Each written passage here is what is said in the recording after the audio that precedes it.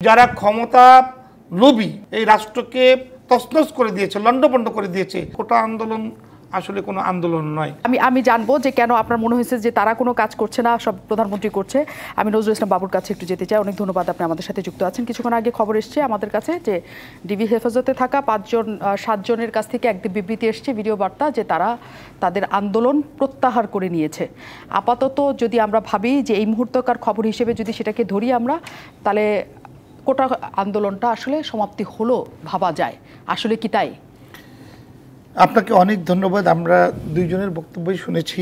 আমার অগ্রজ নেতা এখানে প্রধান ভাই বলেছেন, প্রধান ভাইয়ের মধ্যে মনে হয়েছে যে ক্ষোভ, দুঃখ, বেদনার একটা বহিঃপ্রকাশ ওনার নিজেরই। আর টেপা ভাই যেটা বলেছেন সেটা কোথায় ভুল আছেন সরকারের, সেই শিক্ষকতায় নেমেছেন। কিন্তু আমি বলবো, দেখেন আপনি যে প্রশ্নটা করেছেন তার যথার্থ উত্তর দুইজনে কেউ কিন্তু বিশ্লেষণ করতে চায় নাই। তাণ্ডব লীলায় পরিণত করে দেশে মানুষের টাকায় অর্জিত এই মেট্রো রেল ক্ষতিগ্রস্ত করে তো আর কোটা আন্দোলন হয় না। এই কোটা আন্দোলনের জন্য কোনো ছাত্র বন্ধুরা, আমার বিশ্বাস হয় না ছাত্র রাজনীতির যে শিক্ষা এর ধারাবাহিকতা, আমি মনে করি না যে কোটা আন্দোলন করতে যে কেউ গান পাইটার দিয়ে ক্ষতিগ্রস্ত করবে। এবং আপনার পাশেই এই ত্রাণ দুর্যোগের এই 50টি গাড়ি পুড়িয়ে দিবে, সেতু মন্ত্রণালয়ের 65টি গাড়ি পুড়িয়ে দিবে। এইটার সাথে তো এটার কোনো যায় না, কোনো যোগসাজশ থাকতে পারে না। সুতরাং এতেই প্রমাণিত হয় কোটা আন্দোলন আসলে কোনো আন্দোলন নয়।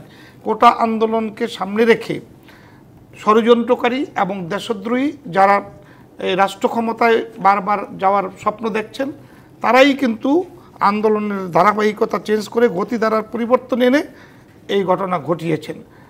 এটা স্পষ্ট বাংলাদেশের মানুষের কাছে এখন। এটা কোনো রাজনৈতিক আন্দোলন না। তারা যদি কেউ বাইরে কেউ থেকে থাকে, সেখানে অনেকগুলি তথ্য আমরা পেয়েছি। এক হচ্ছে জঙ্গি আক্রমণ ছিল, জঙ্গিদের সম্পৃক্ততা ছিল। এক হচ্ছে সাবেক কোটা আন্দোলনকারী যারা ছিল তাদের সম্পৃক্ততা ছিল। বিএনপি, জামাত, শিবিরের সম্পৃক্ততা তো অবশ্যই ছিল। এবং বিদেশি সম্পৃক্ততার কথা আমরা কি সাথে, হ্যাঁ, সবার সম্পৃক্ততার জায়গা একসাথে থাকতে পারে। কিন্তু যে কথাটা বলা হচ্ছে যে এটা কোটা আন্দোলনের পাশাপাশি জনগণ সম্পৃক্ত হয়েছে, কারণ জনরোষ ছিল। আমি সেই কথাটাই বলছি। আপনি আমাকে একটু সুযোগ দিন।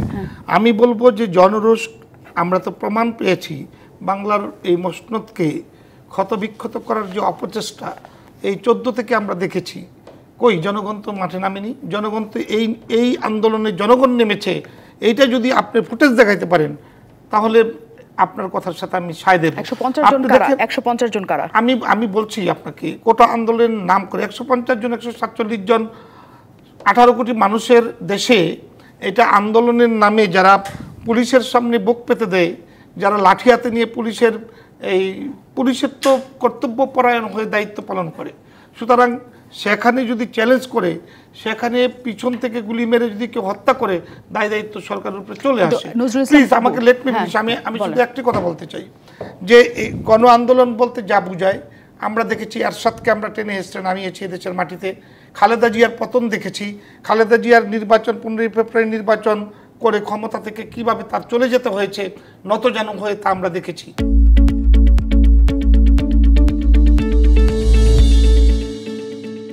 কিন্তু বঙ্গবন্ধুর কন্যা জননেত্রী শেখ হাসিনা, আজকের প্রধানমন্ত্রী, ওই যে নিজ থেকে তিনি হাসপাতালে যান, এটা হলো তার ভালোবাসার প্রতিফলন, যেটা প্রধান ভাই জানতে চেয়েছেন, প্রধানমন্ত্রী এই টেপা ভাই জানতে চেয়েছেন।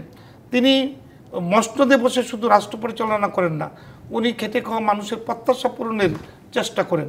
উনি ওই স্বাস্থ্য সুরক্ষা থেকে শুরু করে এদেশের ক্ষুধা দারিদ্র্য কীভাবে দূর করা যায় সেই স্বপ্ন নিয়ে বিভোর, যার কারণেই তিনি কিন্তু ছুটে বেড়ান। প্রত্যেকটা দায়িত্ব তিনি নিজেই সকলকে, আপনি দেখেছেন যে কিভাবে একটি দায়িত্ব নিশ্চয়ই তিনি নেন।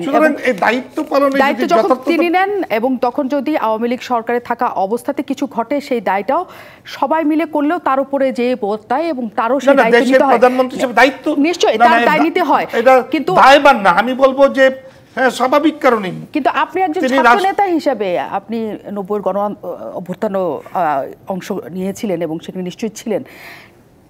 ছাত্রদের উপর যে আন্দোলনটা ছাত্ররা শুরু করেছে, তারা লাঠি হাতে, বা জনগণ আছে বা নাই বা বিরোধী দল আছে তারা ইট হাতে বা অন্য কোনো অস্ত্র হাতে যখন রাস্তায়, তখন আমি গুলি হাতে তাদের সামনে দাঁড়াতে পারি কিনা এবং গুলি ছুটতে পারি কিনা। আমি একটা কথা বলি শুনেন। আপনি তো নিজেও এই শুধু সংবাদকর্মী নন, আপনি একজন পতিত যশা সাংবাদিক, ধারাবাহিকতায় সঞ্চালক। আপনাকে আমি বলি, দেখেন যে ছাত্ররা মাঠে নেমেছে, এটার জন্য কিন্তু সরকার প্রধানমন্ত্রী নিজেই কিন্তু 18-তে একটা মীমাংসা দিয়েছেন। মুক্তিযোদ্ধা একজন হাইকোর্টে আপিল করেছেন, সেই আপিল স্থগিত করেছেন। পরবর্তীতে এই আপিল ডিভিশনের শুনানির জন্য তারিখ নির্ধারিত হয়েছে। সেই সময়টুকু প্রধানমন্ত্রী তার বক্তৃতায় কিন্তু জানিয়ে দিয়েছেন জাতিকে। এখানে মাননীয় প্রধানমন্ত্রীর সমর্থন ছাত্রদের প্রতি ছিল বলেই আপনি দেখেছেন যে এই আন্দোলনকে নিয়ে ছাত্রলীগের উপর যে দোষ বর্তাতে চেষ্টা করেন, এটা কিন্তু ছাত্রলীগ করেন নাই। ছাত্রলীগ কিন্তু সহানুভূতি এবং পাশে থেকে ছাত্রলীগের নেতাকর্মীরাও কিন্তু এই কোটা আন্দোলনের যৌক্তিক মনে করেই তাদের পক্ষেই কাজ করেছেন। কিন্তু শুধু গ্যাপটা ছিল কোর্টের বিষয়টি, জুডিশিয়াল ম্যাটারটি নির্বাহী ক্ষমতায় নিতে চান নাই। সুতরাং এইটা রাষ্ট্র শাসনতন্ত্রে রয়েছে, রাষ্ট্র পরিচালনার দায়িত্ব যেহেতু প্রধানমন্ত্রীর, তিনি রাষ্ট্রকে যথাযথভাবে পরিচালনা করার চেষ্টা করেছেন। এই সুযোগটা নিয়ে যারা ক্ষমতা লোভী, যারা দেখেছেন আপনি এই রাষ্ট্রকে তছনছ করে দিয়েছে, লণ্ডভণ্ড করে দিয়েছে, সেই ধারাবাহিকতায় কিন্তু এবার ছাত্রদেরকে সামনে রেখে সুযোগ নেওয়ার চেষ্টা করেছেন। ছাত্ররা কিন্তু বলেছেন, এই কোটা আন্দোলনকারীরা কিন্তু বলেছেন পরিষ্কার যে ওরা এটার দায় দায়িত্ব নেবেন না এবং ওরা তার সাথে নেই, বারবার বলেছে। সুতরাং ওরা কারা? ওরা হলো তারা যারা নাকি অন্ধকারে থেকে এই দেশটাকে ডুবাতে চেষ্টা করছে।